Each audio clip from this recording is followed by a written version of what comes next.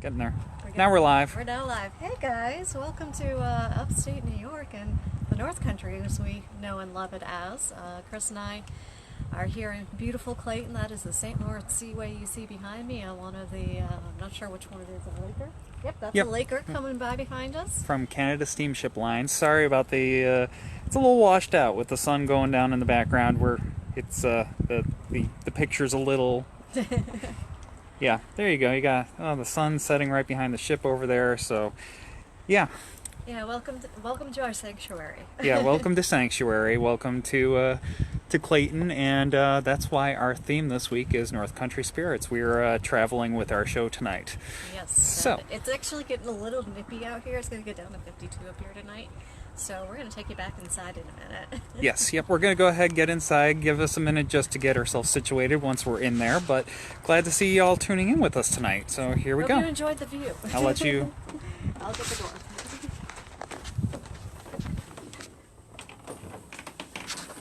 Ooh, perfect. Now that I'm slightly windblown for everybody's enjoyment. Not too bad. Okay. Alright, so it's going to be a little dark on Chris's and my face right now while the sun is setting in the background, and the camera's going to adjust to the light. So just so you're all aware, we are here. We'll try to let you be able to see. Got to tilt it forward just a little bit more. There we go. Now you can see the water. And I don't think my head... Nope, my head's not cut off. And Chris is just getting us set up, plugged back in so we don't kill the battery.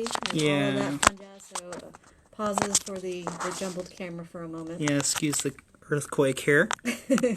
As he figures out which side the adapter goes in. Nope, you're tilted. There we go. Alrighty. There we are.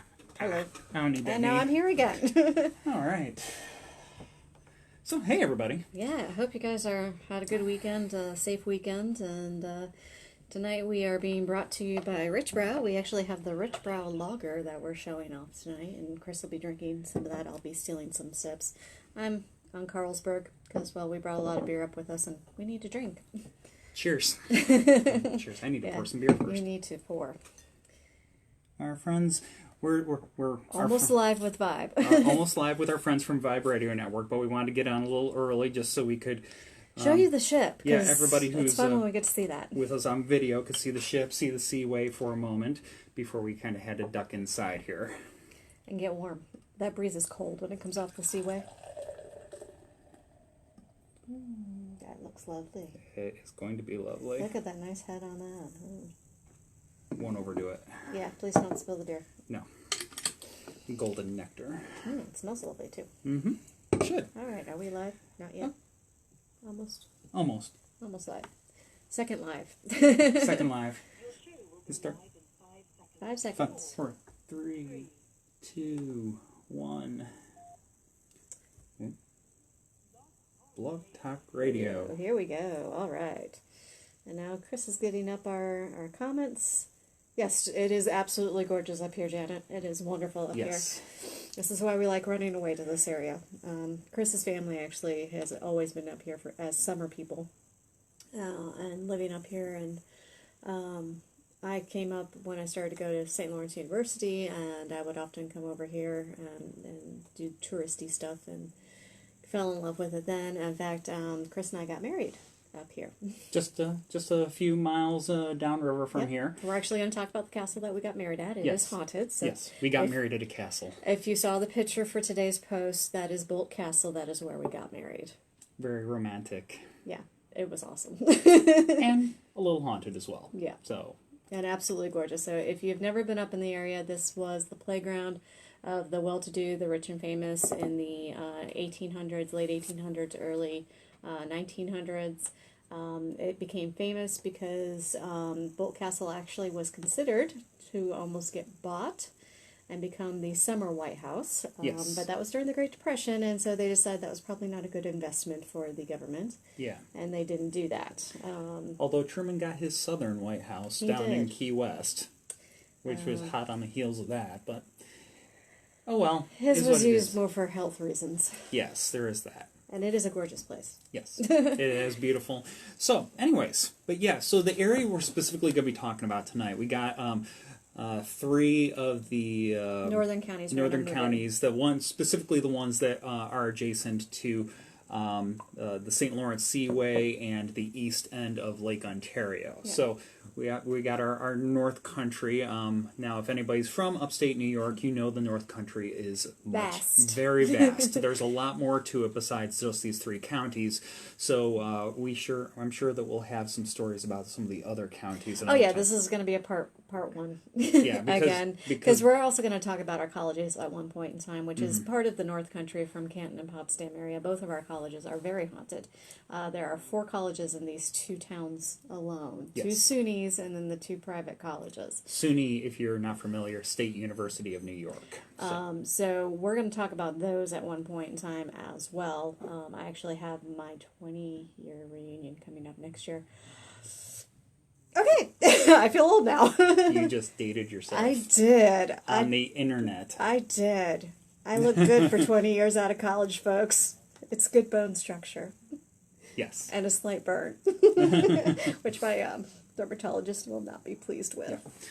But, there's a lot of haunted tales up here. Ghost Hunters has actually been up here at least twice that we know of. We're going to talk about one both of their places. spots. Well, both of them tonight? Both of them, oh, but okay. I didn't include one of their investigations in the second one. Okay. I just mentioned that it was investigated. All right. Well, let's go ahead and dive in. So what we got for tonight, we got these 3 counties. We have St. Lawrence County, we have Jefferson County, and we have Oswego County. And I'll give you a little bit of background on them because they're out there. They're on the border. I mean, you look across the water and you... There's Canada. Canada's out there. And, I see Canada from my window. Not really, but yeah. It's a little further north. From where we are right now, we are actually in Jefferson County, which is the middle of the 3 that we're going to talk about tonight. Yeah. But our schools are in St. Lawrence County. Yep. So we'll start at the north and we'll work our way south. Starting St. Lawrence County, it is named for the St. Lawrence River, which we're along here, and that was in turn named for the Christian St. Lawrence of Rome. So kind of makes sense. And so the river was discovered by Jacques Cartier on the feast day of St. Lawrence, hence the name. And Jacques Cartier actually has a state park up here, the Jacques Cartier State Park. That's not too far from here, actually. Nope.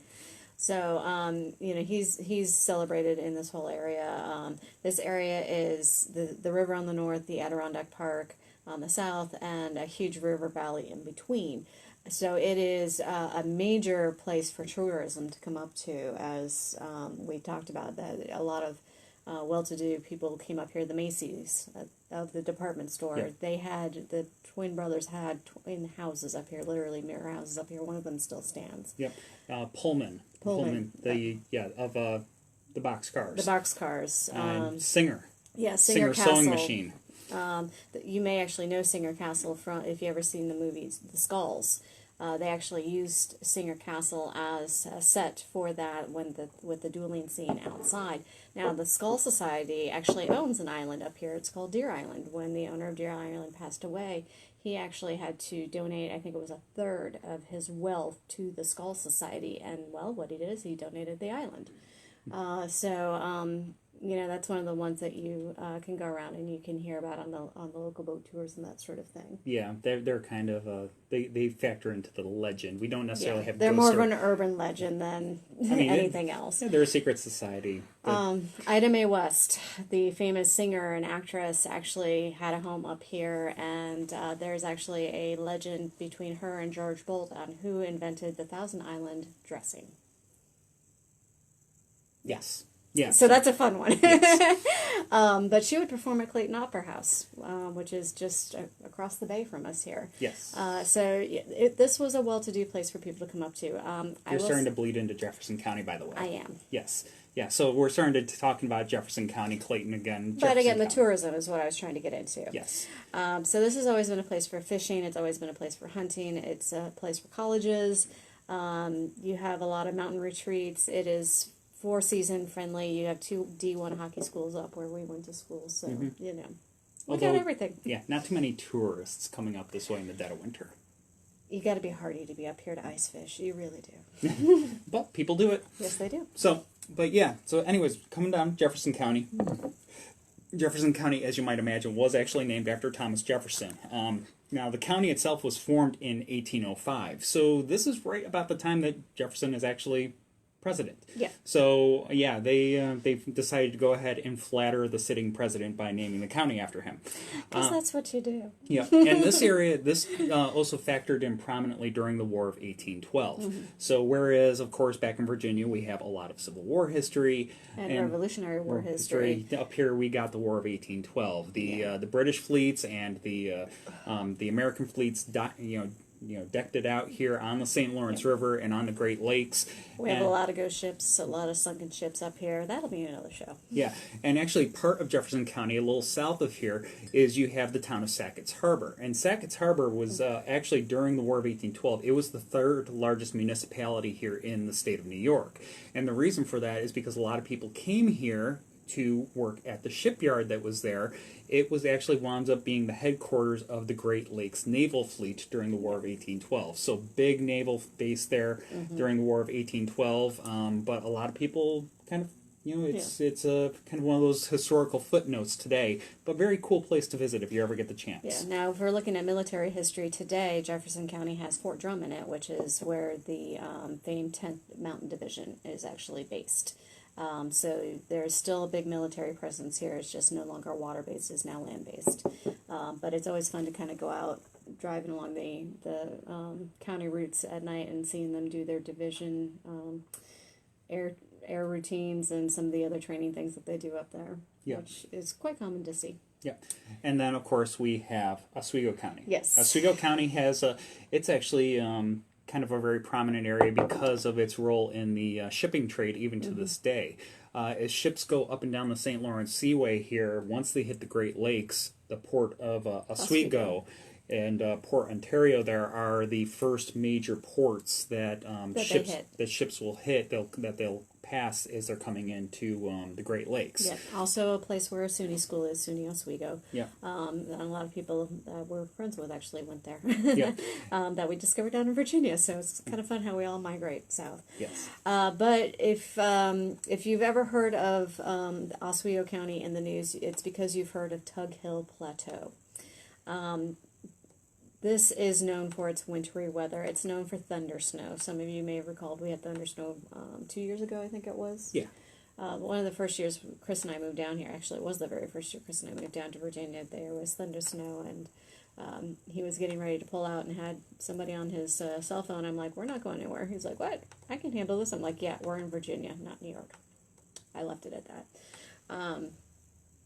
So Tug Hill, actually in 2007, was last in the news for 10 feet of snow.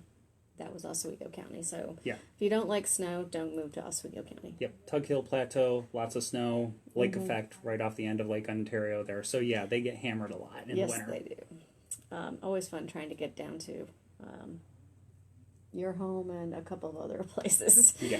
The Syracuse Airport and yeah. Yeah.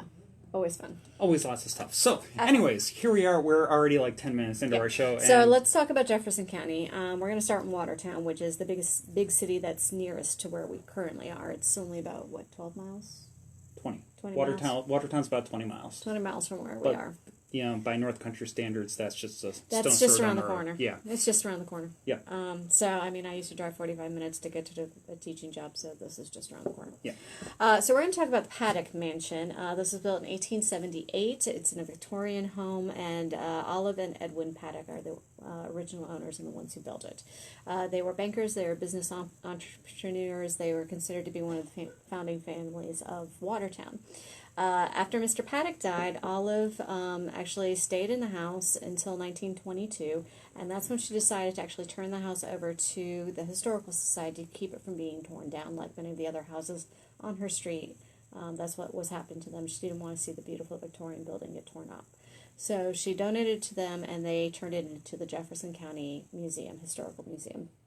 And that's what it is today and what you'll see today. Now, Olive is still believed to be haunting the Historical Society. She's been spotted in her bedroom window, in the upstairs back part of the building. She's been spotted in the front parlor. She is seen by visitors, often wearing a green dress. Not olive green from what I understand, like her name, but just a green dress is what's described. Employees report experiencing the paranormal activity as like cold spots. They'll hear disembodied voices, footsteps, feelings of being watched by an unseen entity, and quite a few investigators have actually come to the mansion to do investigations and record what has been happening to the visitors and to the employees of the museum. So one of the investigators is actually George D. Stadalski.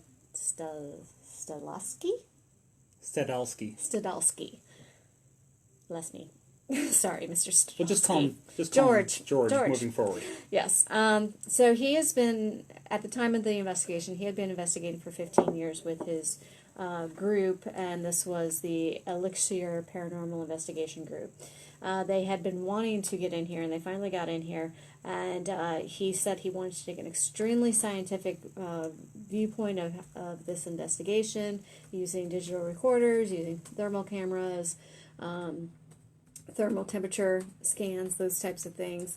And then he decided he wanted to bring in one thing that was not scientifically proven, and that is dowsing rods. They also brought in a Ouija board, but it didn't say that they actually used the Ouija board.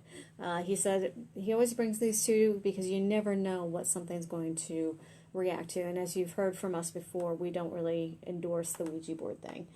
I've had too many experiences where things have been released that shouldn't be released, so I stay away from them. But I do use dowsing rods. I'm one of the few investigators around my area that actually do use them, because it's not something that's scientifically involved, and again, you never know when you're going to get activity with them. But what he says is that he never has had a paranormal experience while he has been out on an investigation. Other members of his team have, but he personally has never had one. So he's like Chris. He's what we call the chiller. I add the scientific element. He's the debunker.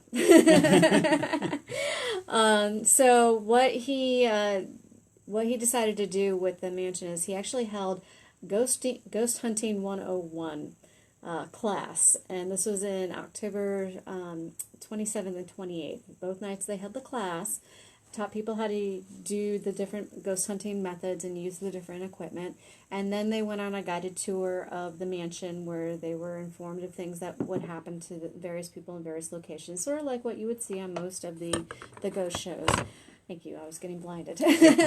And then to kind of determine the hot spots, and then he would actually have them use the equipment in the rooms that they were in, and kind of work their way through the night that way. What they recorded, they didn't get any full body apparitions or any video of something moving around. They actually said that's something that they hardly ever get when they do their investigations. But what they did get was some cold spots that were going on. They did get some sounds of footsteps in a different room than what they were in. And when they were talking about her, especially down in the front parlor, which is now the gift shop, they said they felt the hair on the back of their neck standing up, as if she was well aware they were talking about her. Thank you so much. In the building, and she's often seen looking out the window there, kind of checking out what's going on her street, because again, she was so worried about what was going to be happening around in her street area that the house was in, that she's kind of just still checking that out. And they also reported in the bedroom, where she's often seen looking over into the garden, that same feeling of being watched, like she's kind of checking out, what are you doing in my old home? Now, she's also seen down in the garden, because she used to like to putter around in the garden, and so they were hoping that maybe they would catch her out there playing in the garden, but they didn't. People have walked by the carriage house as well, and there's a window at the bottom of the carriage house, and you can see through the window there's a statue on the inside. It's actually facing inside, so you would just see the back of the statue, but people have taken pictures of this window, and they've actually gotten a face peering out at them that seems to be between them, the window, and the statue. So everybody's like, well, there's a statue there. Yes, well, there's the back of the statue there. Shouldn't be seeing any faces. No faces, unless you're Voldemort. And as far as I know, this is way before Harry Potter came out. So. Yes, goes back quite a ways. Yes. They have also did report that while they were on the stairs, felt like somebody was moving past them. So you'd feel that brush of cold air since somebody is moving past them on the stairs. Trying to think, did I miss anything? Nope. That pretty much sums up the experiences. Yeah. That paranormal organization, George, he's very, very much a skeptic, but he enjoys the experience of doing the investigation. So even as of the time that this story this was recorded. This is when ghost hunting was really just starting to get going. Thermal was just getting started to be used. Mm-hmm. So he had been in the community for a number of years, and he said he still hadn't found quite anything to convince him scientifically convince him that there truly was something paranormal out there. But he's still hunting. He's still trying to find that. So he hasn't given up. No. As you shouldn't. I mean, if you enjoy doing something like that, why would you want to give up? Yeah. All right, so we're going to hop over to Fort Drum. Yes, so Fort Drum. Now, Fort Drum, just to kind of put it in perspective, it's a large, sprawling military complex, and it's just to the northeast of Watertown. So it's a major economic engine for Watertown and for the North Country at large. There are, thousands and thousands of people work there, amongst the soldiers and that. So it's, quite the sprawling, massive complex, and it's been there for quite some time. Its history goes back to, before World War II, but it wasn't always known as Fort Drum.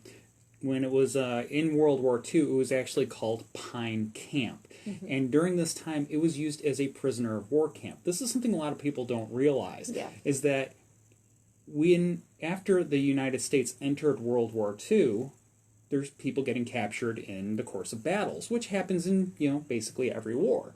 But the thing is you think the European theater, you think, all these battles that are going on over in Europe, prisoners of war, where are they going? Oh, they're shipping them up to Great Britain or something like that. And some of them were going there, but some of them were coming here, too. Some of them were coming to the United States, and Pine Camp was one of them. Yeah. Thousands of German and Italian POWs were housed at Pine Camp over the course of World War II. And, you have thousands of troops in any place, particularly back, 1943 to 1946. There's going to be some illness. This is after the Geneva Convention, so they are getting treated well, but there is going to be some disease. There's going to be some sickness. There's going to be people that did get wounded during the war that were taken prisoner.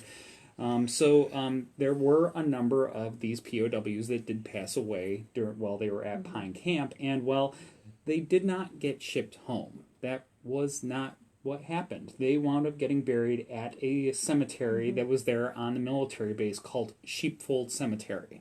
And it's still there today. This is not unusual. If you go out to the Outer Banks today, we were visiting a cemetery out there, and they have soldiers from a subwreck that were pulled to shore and buried out there, and that's from World War II as well. So it's not uncommon to have these soldiers in our cemeteries, in our land. They never made it back home, and that could be a cause for a restless spirit to not settle down and to not be at peace because he's not home. So now Fort Drum, there are a lot of forts out there that actually will openly say, yes, we're haunted, and as people are coming and going, living on the barracks on the base, they of course always have these forms to fill out when they're coming in or leaving, letting them know when you need to have things fixed before the next family moves in. Some of them will actually ask about haunted and paranormal events. One family that I did read about actually had been at another fort. They had been asked about this, and they filled it out. When they got to Fort Drum, they had some experiences, and it was a brand new barrack, and so nobody had warned them about this. It was only about 2 years old, and the fact that they had a paranormal experience in a barrack that was only 2 years old was kind of very odd, but it wasn't on the form on leaving that there was a paranormal experience here. So Fort Drum is still kind of starting to embrace or talk about the paranormal things that happen in and around the fort itself. So we're still searching for some more ghost stories about them, but we did find this one about the cemetery, and we thought it was pretty... So this one, it dates back about 27 years at this point. It goes back to 1993. And at this point, this is the pre-9/11 era, and I had opportunity, the privilege to be able to work on Fort Drum a little bit before 9/11. And basically, military bases, you could drive right onto military bases, no ID checks, nothing like that. They asked you where you were going, and that was it. Yeah, so this is the pre-9/11 era, and it was not uncommon for military bases to be meeting places. You know, they had all kinds of large spaces, so the community would come onto the base and they would use it as a meeting location, and this went for the Cub Scouts as well. And so there's a local woman, and she's taking her son to a Boy Scout meeting. And as she's driving along to the base, she's driving down Route 26, and she's passing Sheepfold Cemetery. And as she's passing, she sees a man on the side of the road that's kind of, waving his hands, trying to wave her down. Now, she is a military wife herself, and, she has a lot of compassion and concern for these men. And she's familiar with the area. She knows she's near a training ground, and she's thinking, oh my God, somebody's injured. He's flagging me down for help. This is pre-cell phones, folks. I mean, in 93, it's a bag cell phone that looks like a trapper keeper. Yeah. And you don't have signal up here. Trust me, I know I had one up here. It was emergency only, literally. Yeah. So she slows down, she pulls over, and as she does so, instead the man doesn't approach, but the man kind of ducks back into the woods behind the cemetery. And she's thinking, oh gosh, somebody's hurt. He's going to go and he's going to get this person. Get the person. And she waits, and she waits, and she waits 20 minutes. She's got two kids in the car, and she's waiting. Yep. Beeps the horn. Peeks her head out the window, shouting into the woods, and she does not get a response. She's certainly very concerned, but again, pre-cell phone era. She has no way to contact anybody. And so she goes and she pulls away after 20 minutes, takes her son to the meeting, drops him off, and instead of going home, she comes back and she continues to wait with her daughter in the car. With her daughter by the cemetery. Waits until it's time to pick up her son. Goes back, and then comes back, makes it a point to drive back past the cemetery on the way home. And each time she slows down, she opens the window, she calls out, asking if the man is going to come back out. Never sees him again, but he was definitely there. I mean, she even asked her son, her kids. It's like, did you see that man? And they said, absolutely, yes, they did. So all three members of the family saw the man when they first passed, and they saw him go back into the woods. Now, who was this man? She's up half the night because, again, military wife. She thinks that there's a poor soldier out there who is somehow maybe got hurt or something like that, and she frets away the night. Did she leave somebody in distress? She just doesn't know. Where did he go? And the following day at work, she goes in and she starts to recount this experience to her colleagues, and one of the ladies pipes up and says, well, you know that Sheepfold Cemetery is haunted, right? And that kind of solved the problem. It was likely one of the resident spirits that she saw. And since that day, the woman, instead of driving past the cemetery, has gone out of her way to avoid the cemetery ever since that experience. Now, it was reported that this soldier was actually continually seen until 2002, when the German-American Club of Watertown actually started holding a memorial service at the cemetery for those POWs. After that, he wasn't seen anymore, so apparently he got the recognition he was looking for, and maybe he's finally put to rest. Mm-hmm.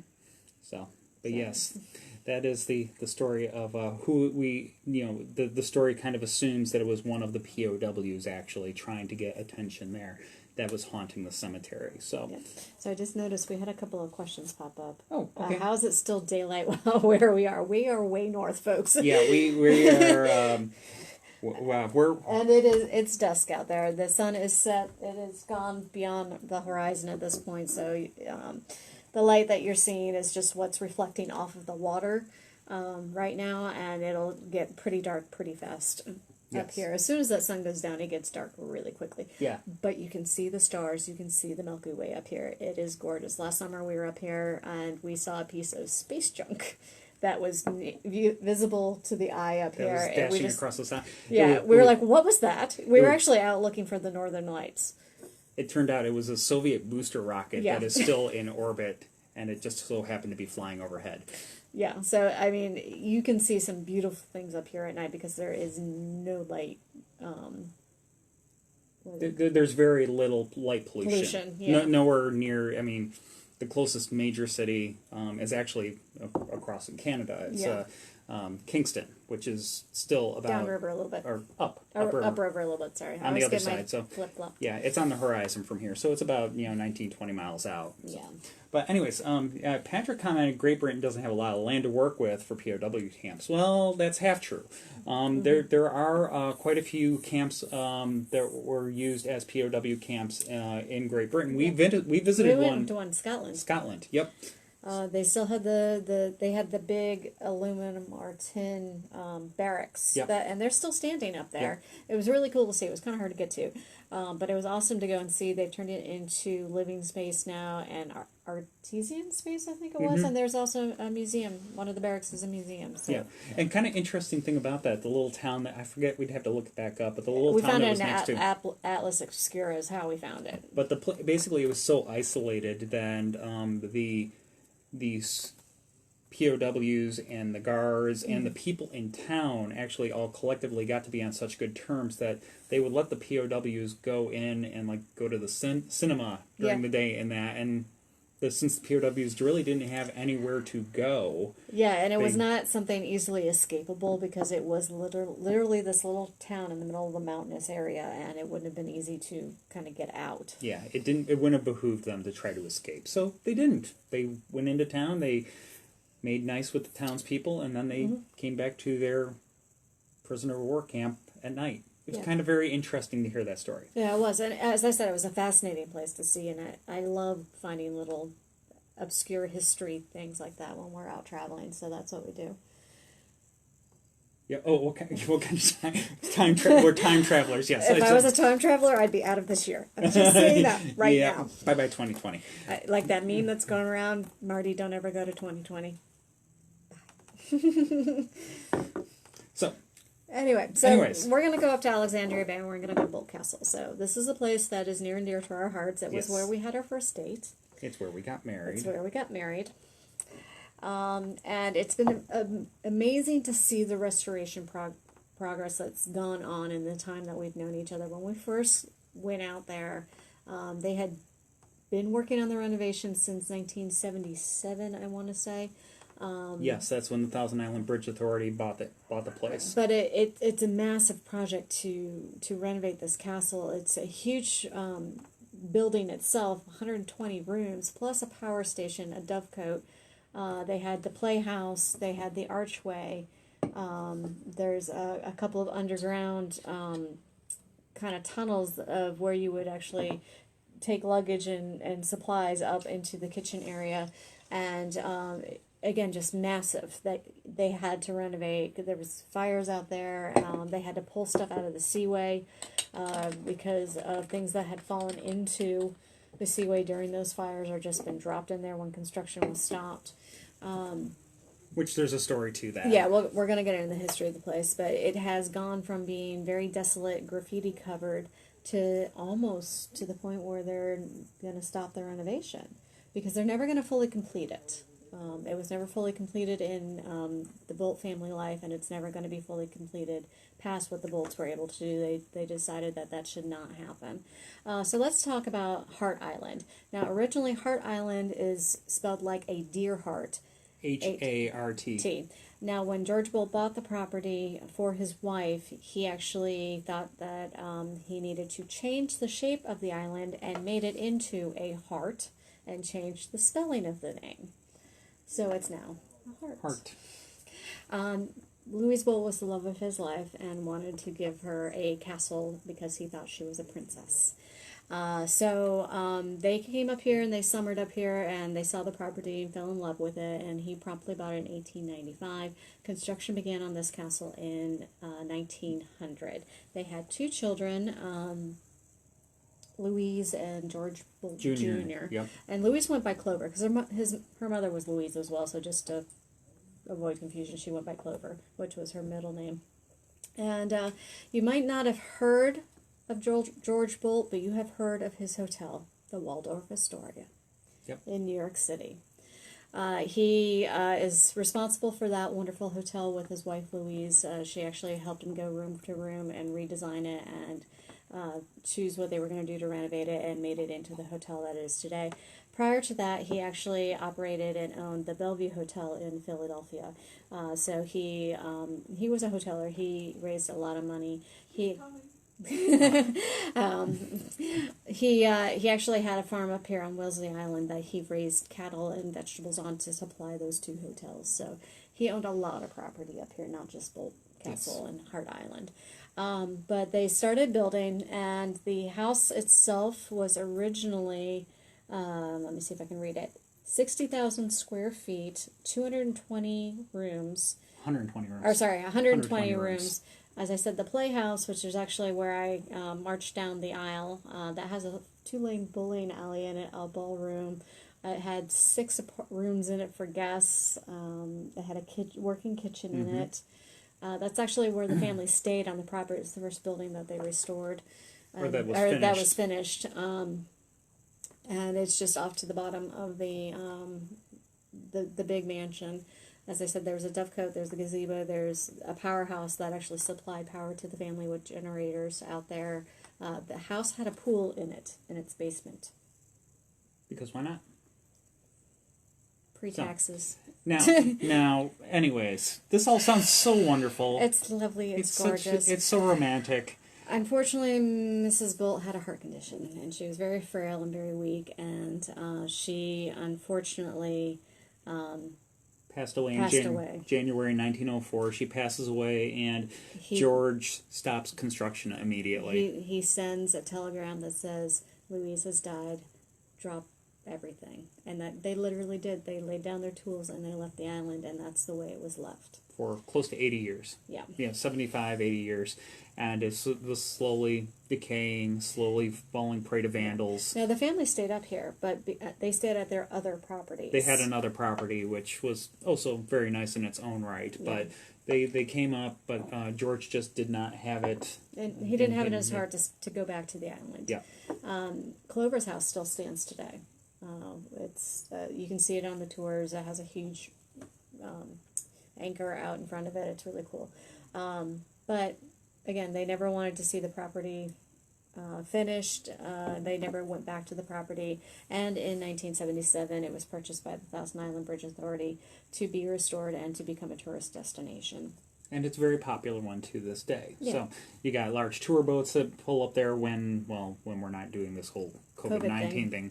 But I'm sure that they are looking forward to the opportunity to be able to open their doors for some people this summer whenever they can get the chance. The boats literally just started going out again on Friday. I don't know if the island's opened yet. Right. Now, with that, the Boldt Castle is said to have some spirits to it. Yes, Mrs. Boldt loved this place so much that she decided she was going to come back to it forever. And so she is the one who is seen on the island. Of many of the locals, the tourists, they claim seeing her walk along the grounds at night in a white flowing dress, which is very typical of what she would have been wearing up here for the summer, a white linen gauzy high-necked gown at that point in time. That would have been a day dress or a walking dress, as it would have been called. She's also seen inside of her castle that is never going to be finished, her unfinished castle. And they will see her walking along the Waters by the Boathouse, which is actually just across. They had a huge yacht house. So she's seen over at the yacht house, plus the castle itself. She gets around her property. Yeah, and she started appearing, they say, just within months of her passing away. So... Yeah, she had a very strong tie, and it drew her right in, and she has been there on and off over the decades. Yeah. It said that even once the construction started picking up, once they started doing the renovations, that she started to appear more often again. Yeah, she's loving the fact that they're bringing the house back to life as much as it was to life at that point in time of her death. They report cold spots. They will hear disembodied footsteps. They will feel like they're being watched to make sure that things are being put back the way they're supposed to be put back. I remember going through the kitchen the last time we were there, and that wasn't originally there when we got married. That was the bathroom area and one of the guest area, or guest relation areas. And so when they put the kitchen in there, I walked in there going, "Oh my God, I would love this kitchen!" Because I love kitchens. But it definitely felt like there was somebody in there. I don't know if she has a companion or not, or she just likes the kitchen that's in there. It's got a beautiful view. Over in the yacht house, she might not be the only ghost that actually haunts there. I remember the tour we took over there, it was reported that up in the captain's rooms that there's a piano up there that is mysteriously heard to start playing randomly. Now, she wouldn't have played a piano in the quarters of her crew members for the boats, so it's possible there's a crew member who's haunting the yacht building as well. And her boat, the Duchess, their houseboat, is actually at the Clayton Antique Museum, and it's said that there are some ghosts on that boat as well. They don't know if it's her or some of the many guests that she entertained over the years, but it's a gorgeous boat to go and see. Yeah, but you can visit all of those. You can you can visit Boldt Castle, you can visit the Boldt Castle Yacht House, and you can visit the Antique Boat Museum here in Clayton, where you can find the Duchess. So, but yeah, all very beautiful, very sad story, but, you know, it's one of those things where, you know, Mrs. Boldt, for better or for worse, she is still, even in, you know, after her time had passed, she does enjoy coming back and being able to wander the grounds at Boldt Castle. And they are gorgeous. And they are gorgeous, and they're doing a very good job of taking care of it. Yep. All right, so we're going to go halfway between Alex Bay and Clayton. Yep, we're going to come back upriver just a little bit to a private island. Now, that's very common up here. We're in the Thousand Islands region. Yeah, we're in the Thousand Islands region. In reality, there's actually about 1,700 islands up here. Now, to be an island, you have to be above water by a foot. You have to be above water year-round, and you have to have a tree. A tree. So now, a shoal could eventually become an island. Yeah. Now, with that, you got people that have gone ahead and they bought up entire islands. You know, it might only be a half acre or an acre, or sometimes even less than that, more or less. And there's this one that's just a little ways from here. It's called the Isle of Pines. Yeah. And this is one of the top stories. This is a gorgeous house that's out on here. They have a boathouse as well. It's just across from an area known as Fisher's Landing, and specifically from a restaurant known as Foxy's. Now, they were invited. Actually, it was a contest that got them invited to this island. The owners, the Parody family, wrote in saying, hey, we've got a haunted island we think you should come and see. In 2008, when they were doing the Great American Ghost Hunt, she appeared, told the story, was voted on, and won the contest. And so 2009 is when Taps came up here, rolling up in their black vans with the yellow lettering. They stayed at the Edgewood Resort, and they brought a special guest investigator with them. If you might remember, Meatloaf was a special guest. This was that episode. Meatloaf joined them up here. Yeah, he had been begging to get on an episode to come hunting with them, and this is the episode that they invited him up on. And actually, a lot of the crew members didn't actually think he was going to show until all of a sudden, there's Meatloaf waiting for them at the Edgewood. Yeah. So anyway, so they wound up, they go ahead, they do a little bit of background investigating, get a little bit of background information, and on the island, there's two main locations. There's the house, and then there's the boathouse that it has. And the boathouse, it's a big boathouse, as in upstairs. It has a ballroom in it. It had ballroom upstairs. And there were reports that people were hearing ballroom-style music, and they knew it wasn't coming from Foxy's. Foxy's is very close, and of course they'll have music of their own, but it definitely was not coming from Foxy's. They managed to roll that out. It was older music. Now, and sound does carry up here. We will hear sirens from a town over because it carries across the water. Yeah. So they had to do some debunking while they were up here, especially with the sounds, and that was one of the things that Stephen Tango mentioned when they were outside on the grounds, kind of trying to figure out where they could hear music coming from, to try to debunk what the family had been experiencing.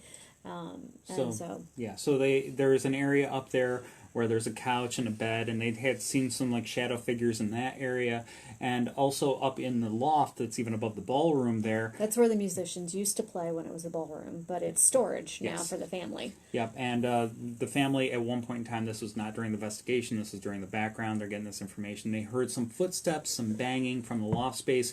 One of the family members goes up the stairs and basically kind of shouts at and in response, something from the dark threw a 2x4 at him. So clonked him on the head. Yeah. So beware. Yeah, beware about challenging angrily challenging ghosts. And the spirit up there proved that it did not want to have anybody around it. It wanted to be left alone, but we'll come back to that. Yeah. Inside the house, when the family first arrived there, this is their great-grandfather, I believe, is who Mrs. Parody said. They lived in the boathouse for the longest time, and actually rented the main house to a group of local monks to live in the house and worship and that sort of thing. Unfortunately, the monks got a little rowdy and burned some things and threw it into the seaway, and that got them kicked off the property. Because you don't do that up here. Yes. Fire is bad news on an island. But that's a whole nother thing. We'll touch on that maybe another time. Yes. So that's how the monks got kicked off the island, and the family moved into the house after that. But apparently one of the spirits of the monks actually still resides on the property today. And the children of the family actually have played with him in the living room of the big house. A woman is also heard up on the third floor and seen up on the third floor. She is seen in the window kind of looking out, and sometimes heard in the bedroom calling out, "Can you help me?" And did I get it all?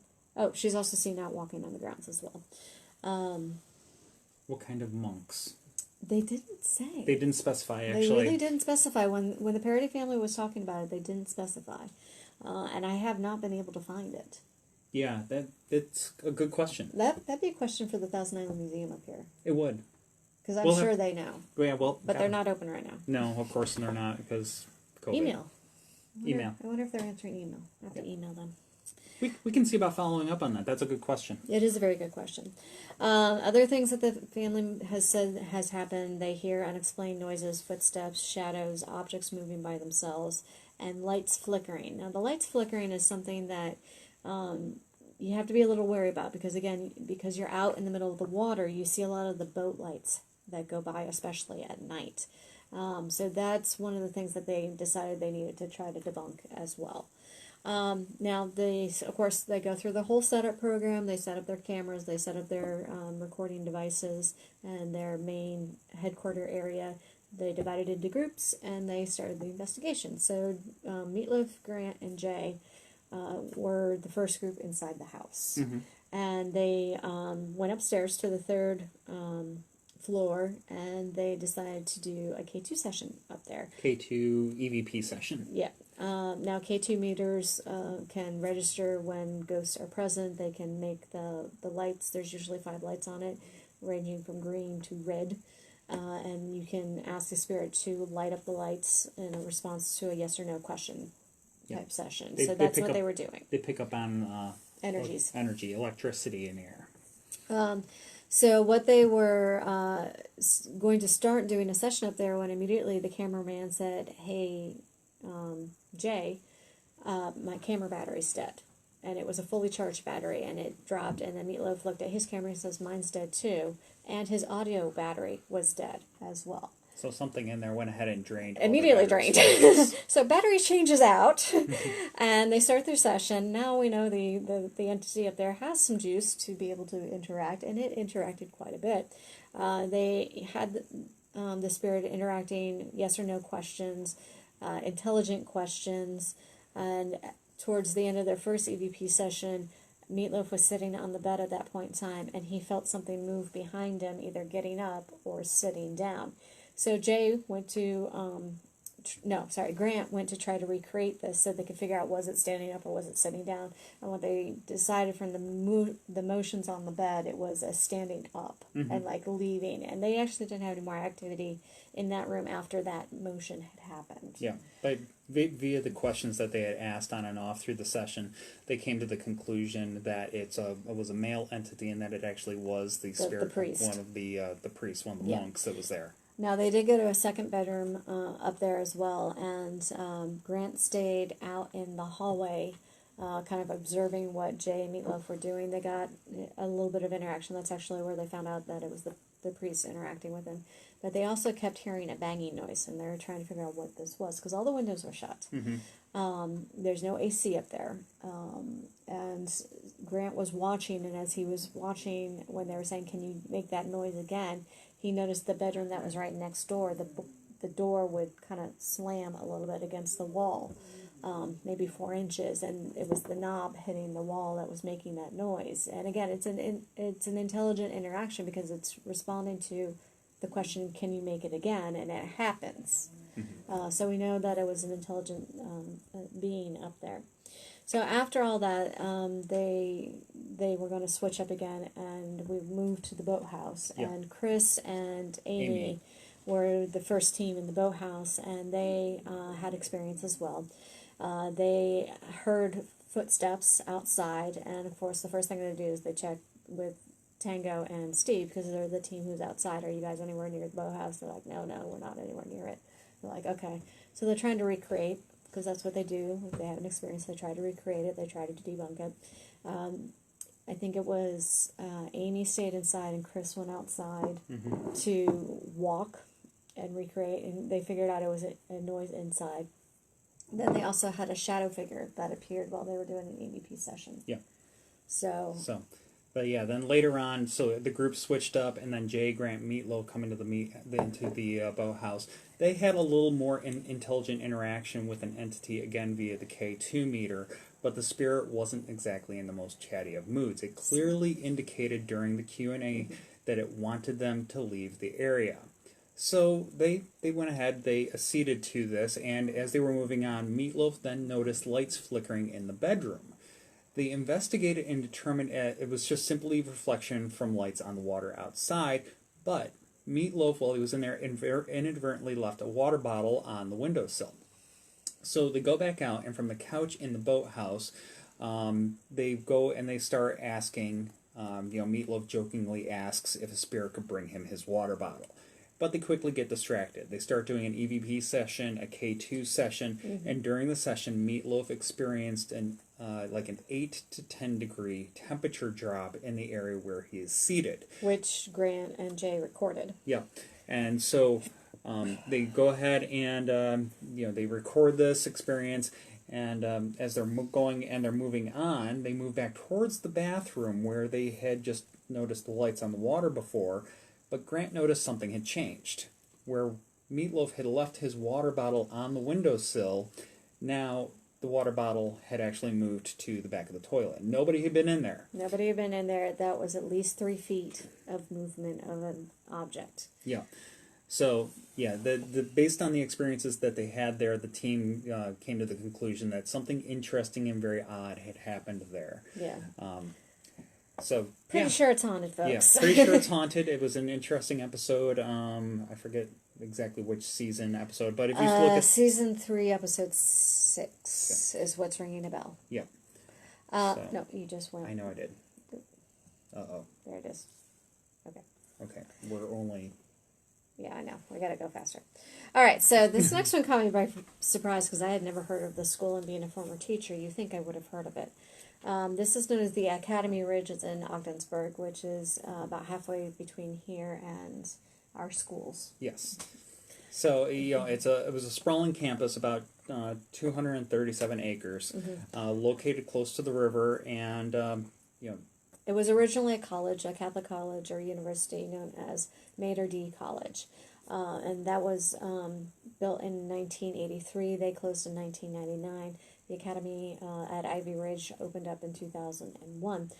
This was a boarding school for troubled children, and it had a horrible reputation. After 4 years of being open, they were denied the ability to give out educational diplomas anymore, and there were already reports of abuse at the school. And things came to a head in 2005. In May of 2005, 30 students rioted and escaped from the campus. They were all caught, rounded up, brought back to the campus. Most of them were expelled. 12 of them found themselves in the court system due to that riot and due to things that happened during the riot.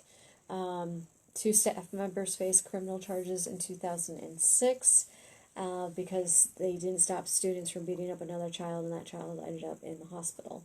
In 2009 is when it finally closed. Yes. All the remaining students were shipped off to another facility down South Carolina, and then the facility was promptly sold off to a corporation out of Delaware. I don't know what they wanted with it, but they basically said that the school or the facility would never come back, and it's basically been shut down ever since. So, Now, Alright, so so this very short sword experience of the academy there had left quite a mark on the buildings and on the grounds there. yeah, the students reported having several hauntings while they were at the academy. They would report encountering the spirit of a young boy dressed in 1920s clothing, as well as a former nun being there, a female student who had committed suicide. They would often hear the sounds of disembodied voices, screams, cries late into the night, hearing objects dragged through the hallways when nobody was there, cold spots, and always somebody watching them, and especially in the school library. Yeah.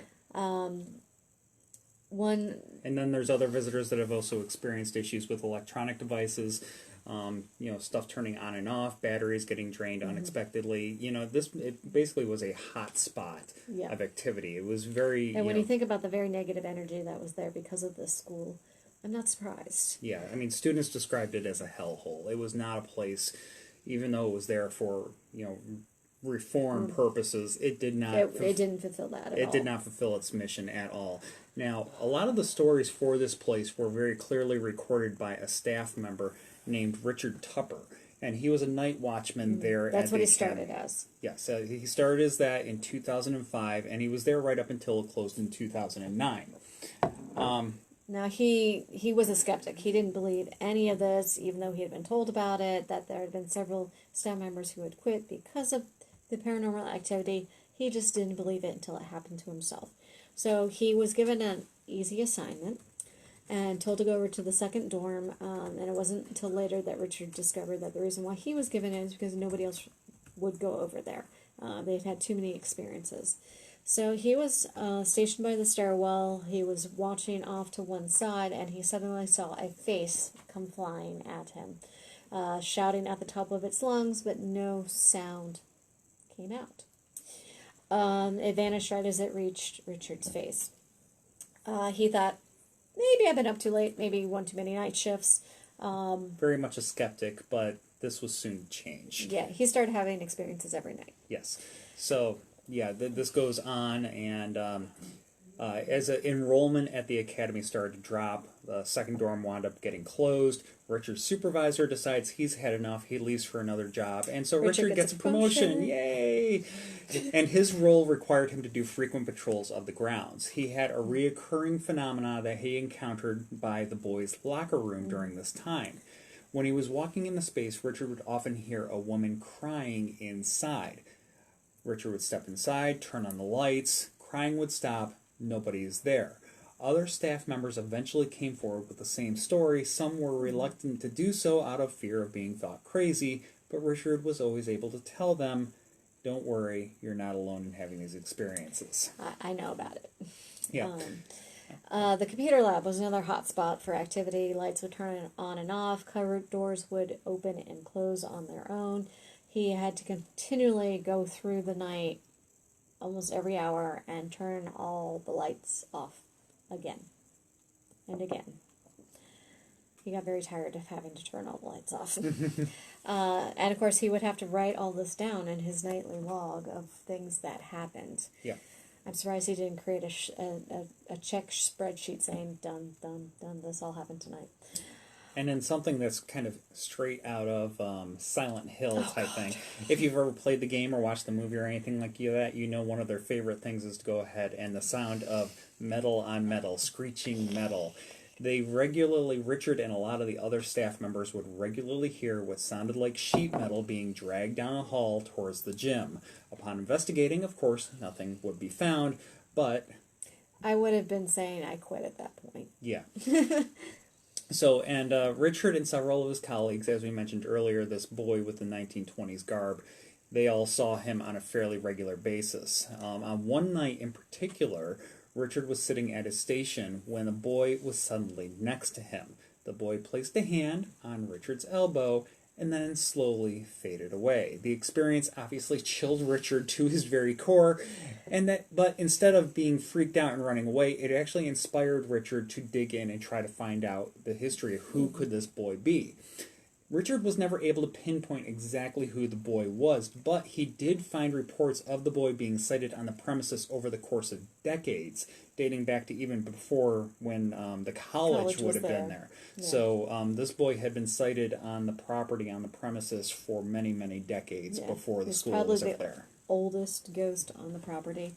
Wednesday nights, both weekday and weekend supervisors are there, and so Richard and his counterpart would often be chatting together in the hallways that they're supervising near the dorms, and both of them happened to stare down the hallway at the same time, and somebody went and pointed, and they both saw a shadow figure materialize out of the nearby room, move up behind one of the other staff members who was watching that section of hallway. It seemed to be making taunting gestures towards the staff member. Staff member completely and totally oblivious to this. It then shrunk back into the room that it was in. They looked at each other. Did you see that? Yeah, I saw that. Okay, let's go check out. They go down to the staff member, ask if he had seen or heard anything. He mentioned there had been a sound of something tapping coming out of the closet door from the nearby room where this shadow figure had emerged from. And again, there was absolutely nothing in the room, nothing in the closet. They also record colorful orbs, blobs, kind of like what you see when you see a camera flash. They kind of morph into a human-like shape and then back into the blob again. So it is quite the active location. Hotbed of activity. Seems to be a lot of spirits there and a lot of different phenomena that occur there. So, not of necessarily a place that you can go check out, not like the castle, but it's... you'd have to get special permission from the company that owns it to not be trespassing. I wonder if they do that. I don't know. I haven't found any reports of anybody actually doing investigations there, but it sounds like a fantastic place to check out. Yeah. Steve. Road trip. Road trip. Road trip. Yes. We know some places to stay up here. Yeah, I'm guessing you lots of... Yeah. Yeah, ghost kids, what else are you going to do? Yeah. Yeah, they definitely mess with them, play with them.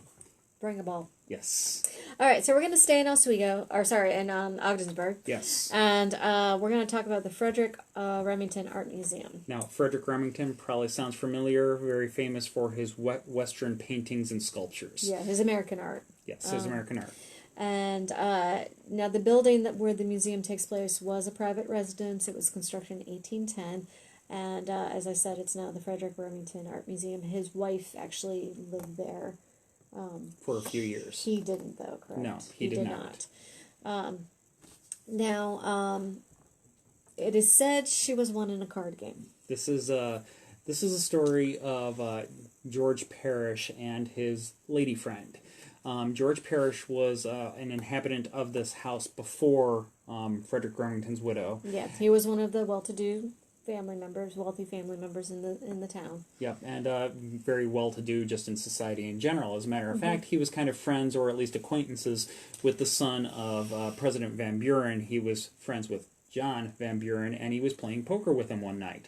And Van Buren had lost $5,000 in this game. This is back in the 1800s. That's a lot of money. Lots of money. And so Van Buren wagered his lady friend, America. I don't know about you ladies, but I'd be throwing a cat fit at that point in time. Parrish accepted the bet, and he won again. So Van Buren lost everything that night. And as unsettling as the idea was for a person to be won, this is just one chapter in the very tumultuous life of America. It's like America, but instead of a C at the end, you have a G at the end. America Vespucci.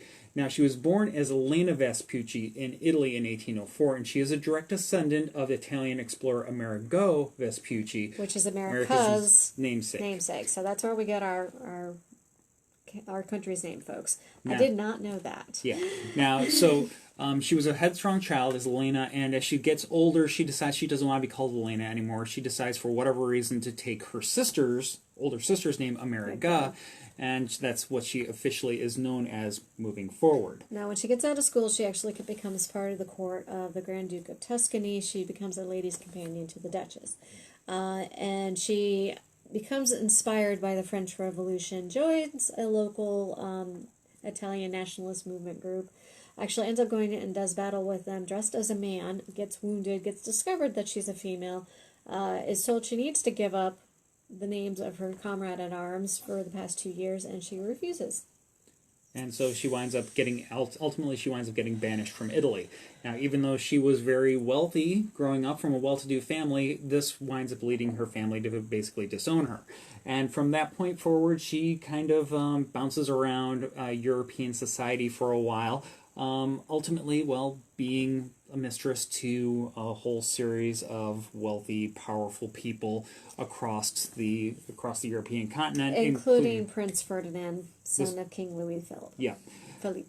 Now, she eventually goes and kind of gets bored with this bouncing around Europe, and with some references from some noble friends, she winds up making her way to North America, and she travels about from Washington, D.C. to New York City to Boston, always kind of hobnobbing with the social elite.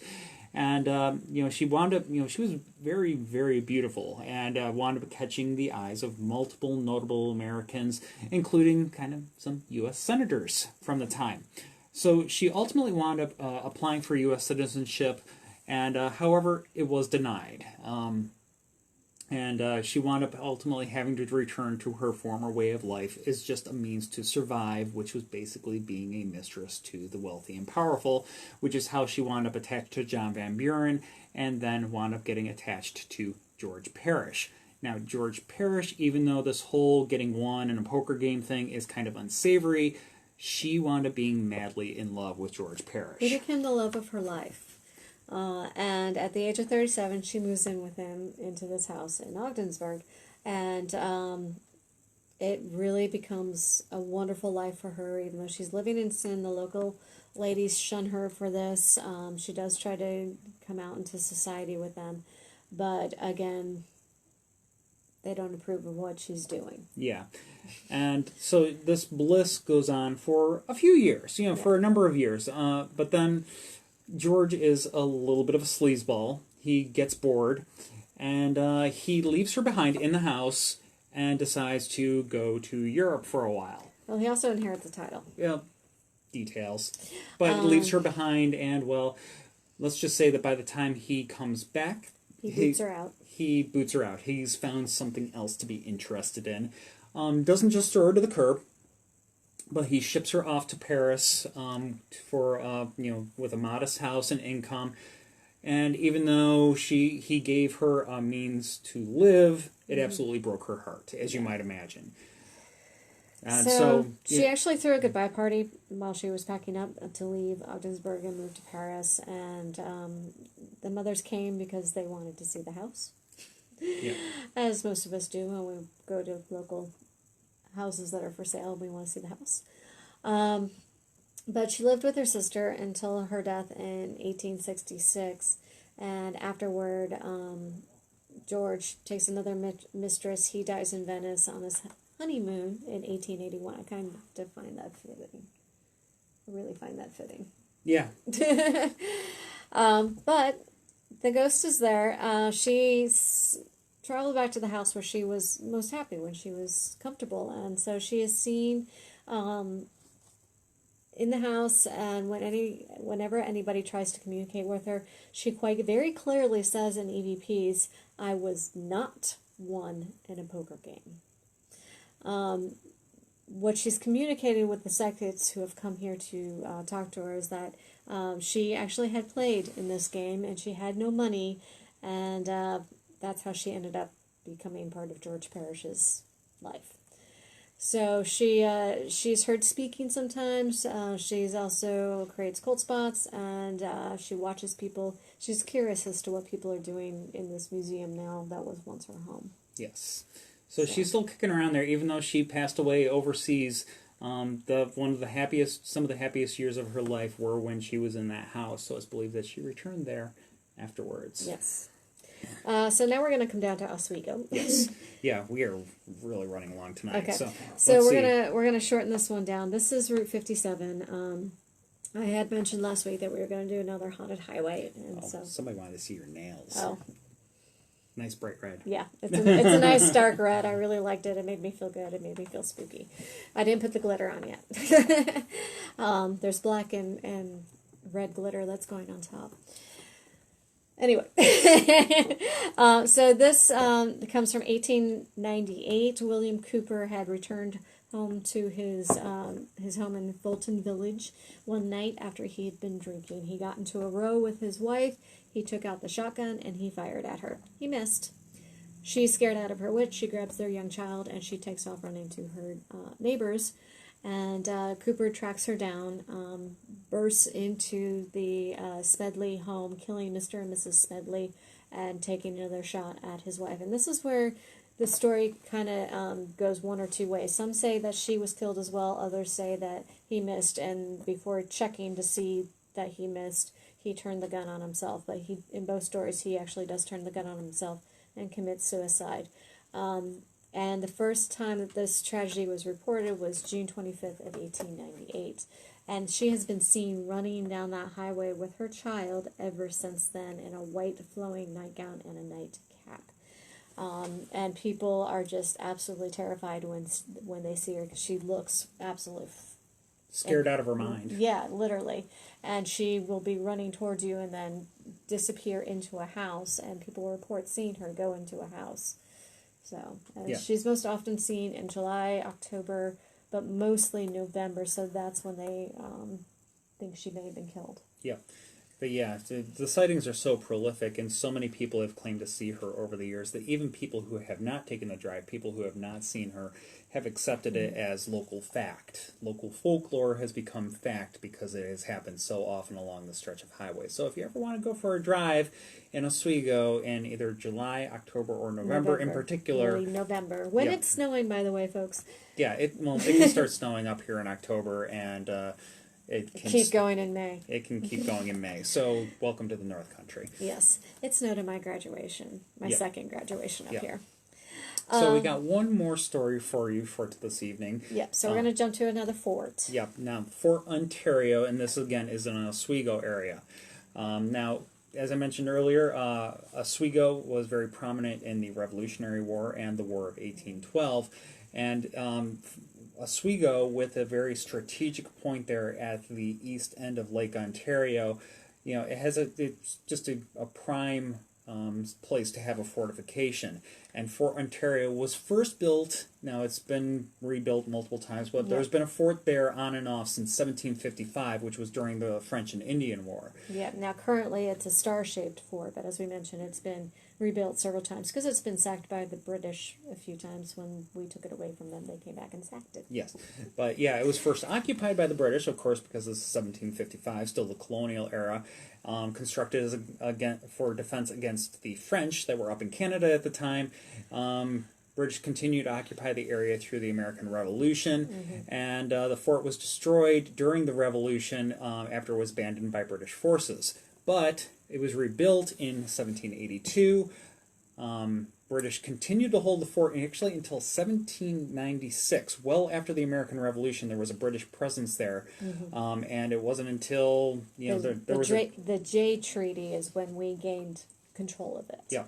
And so the American troops move in, they take over, and the fort was once again destroyed during the War of 1812, this time by the British who had previously occupied it. So there's been back and forth during all this time. And there was a military presence on the site right up until 1940. So we're going into the World War II era. Yeah, and actually during World War II, it was a place to house Jewish refugees coming over and needing a place to stay and to start their life. So that's actually where they were put up. Yep. And you can go tour it's a tourist destination today. You can go tour the historic site today. Yeah, we haven't been there. His parents have been there, and it's on our list. Hopefully, the next time we're up here, it will be open, and we'll be able to go check it out and see it. Yeah. But it's very haunted. Yeah, unsurprisingly, considering the history of the fort. Yeah, and this is the second place that I mentioned Tamps actually did come in and investigate. I didn't go back and rewatch this show, so I can't remember exactly what they found. But talking to some of the other the ghost stories that are up here about this and researching through them, we found plenty of stories to talk about for it. So People witnessing former soldiers dressed in old military uniforms. They hear disembodied voices, yells, sounds of children laughing, cold spots, again, sensing an unseen presence or entity, the sound of cannons and muskets being fired as well. Now, some of the ghosts they have been able to identify. One is Basil Dunbar, who died in a duel. He doesn't seem to realize he is dead, and so he's still skulking about looking for somebody else to duel. Corporal Fikes died of disease, and he makes his presence known by sudden drops in temperature. He is actually buried on the property in the cemetery there, and he's also associated with some of the folklore that says that anybody who stands on his grave is cursed to be haunted by him. If you jump over his grave, you can choose who he should haunt next. I'm not going to go do that. Yeah. What is it? Any kind of curse or anything like that Comes back at on you the the threefold?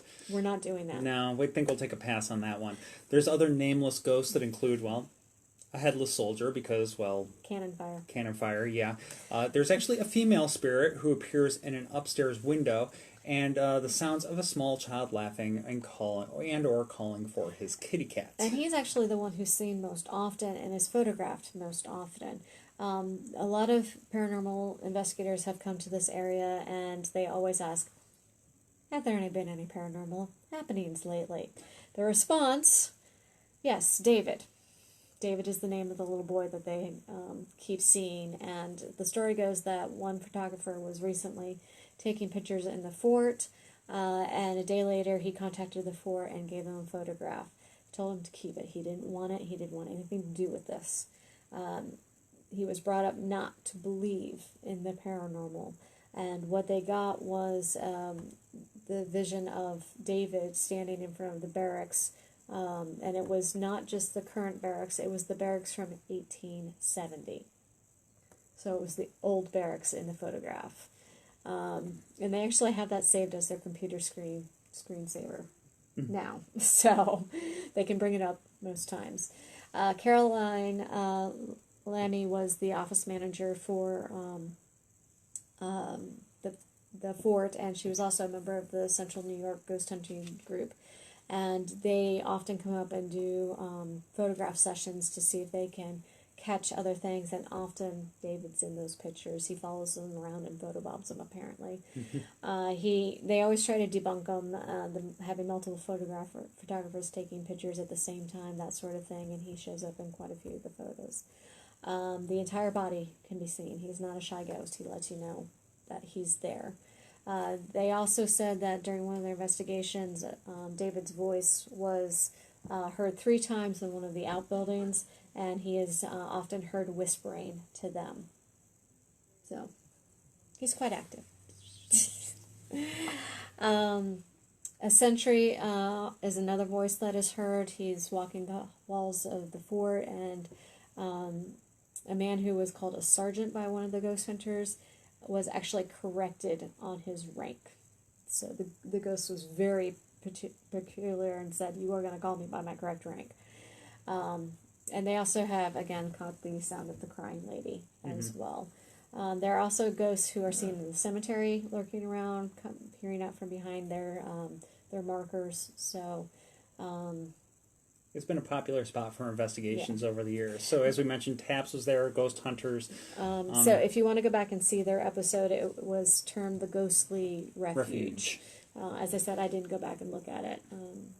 But yeah, so Fort Ontario there in Oswego. Yeah, so it's quite it's a place I definitely want to go and check out. Just it's rich in history and apparently rich in ghosts. Yes.